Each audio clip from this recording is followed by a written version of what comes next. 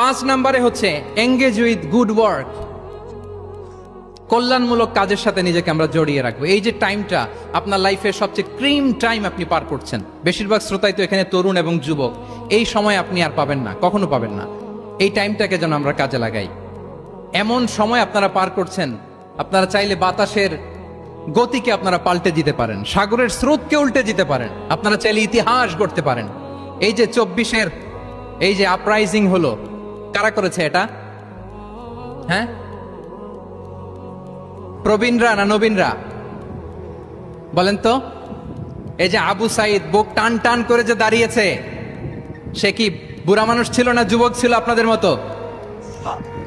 আল্লাহ রাসূল সাল্লাল্লাহু আলাইহি ওয়া আলিহি ওয়াসাল্লাম তিনি বলেন, ইগতানিম খামসান ক্বাবলা খামসিন, 5 জিনিস ফুরিয়ে যাওয়ার আগে 5 জিনিসকে গনিমত মনে করো, গুরুত্বপূর্ণ মনে করো। এর মধ্যে একটা হচ্ছে শাবাবাকা ক্বাবলা হারামিক, তোমার বার্ধক্য আসার আগে তোমার এই যৌবনকে, প্রৌঢ়ত্বের আগে এই যৌবনকে কাজে লাগাও।